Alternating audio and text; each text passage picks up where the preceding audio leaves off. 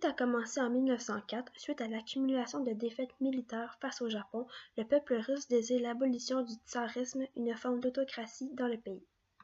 Les grèves et protestations obligeront le gouvernement à instaurer une assemblée et devenir une monarchie constitutionnelle pour répondre aux demandes de la population. Celle-ci sera appelée la Douma. Le seul problème, c'est qu'elle sera au service du tsar, ce qui veut dire qu'il peut en faire ce qu'il veut.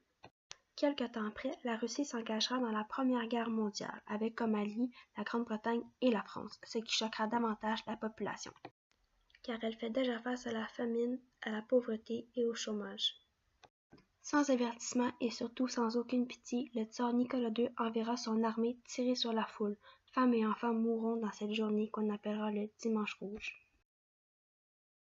Cependant, pour certains soldats, cette violence ne passe pas. Ils se soulèvent à leur tour contre le régime tsarisme et arment les ouvriers. C'est là qu'apparaîtra le Parti ouvrier social-démocrate, divisé en deux factions, la minorité et la majorité.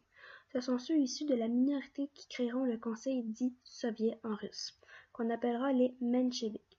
Le soviet se comportera comme un syndicat, c'est lui qui contrôle les grèves et les manifestations. Du côté de la majorité, on les appellera les bolcheviks. Leur chef est Vladimir Lénine. Les révoltes continuent et le tsar décide d'abdiquer, c'est-à-dire qu'il renoncera à ses fonctions.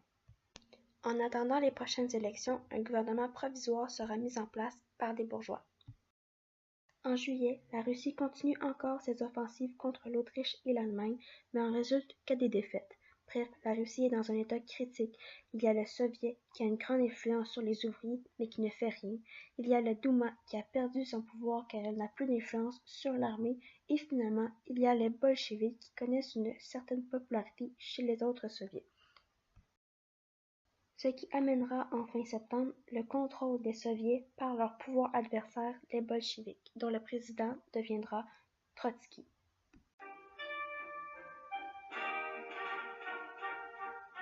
Lénine ne veut plus attendre. Il décide le 7 novembre comme date pour faire un coup d'attaque. Dans cette nuit du 6 au 7 novembre, les bolcheviks s'emparent des principaux centres de décision de la capitale russe, Petrograd, anciennement Saint-Pétersbourg. Le gouvernement provisoire est dissous, c'est la révolution d'octobre. Lénine est donc au pouvoir avec les bolcheviks et la Russie prend le nom de République socialiste soviétique de Russie. La première préoccupation de la nouvelle Russie, léniniste ou communiste, est de signer la paix avec l'Allemagne.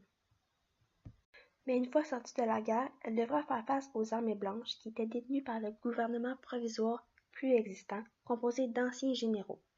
Trotsky organise donc l'armée rouge pour combattre contre l'armée blanche.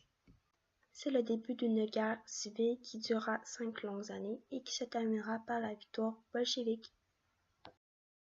C'était l'ensemble des événements ayant conduit en février 1917 au renversement du régime tsariste en Russie, puis en octobre de la même année à la prise du pouvoir par les bolcheviks due à l'instauration d'un régime communiste en Russie.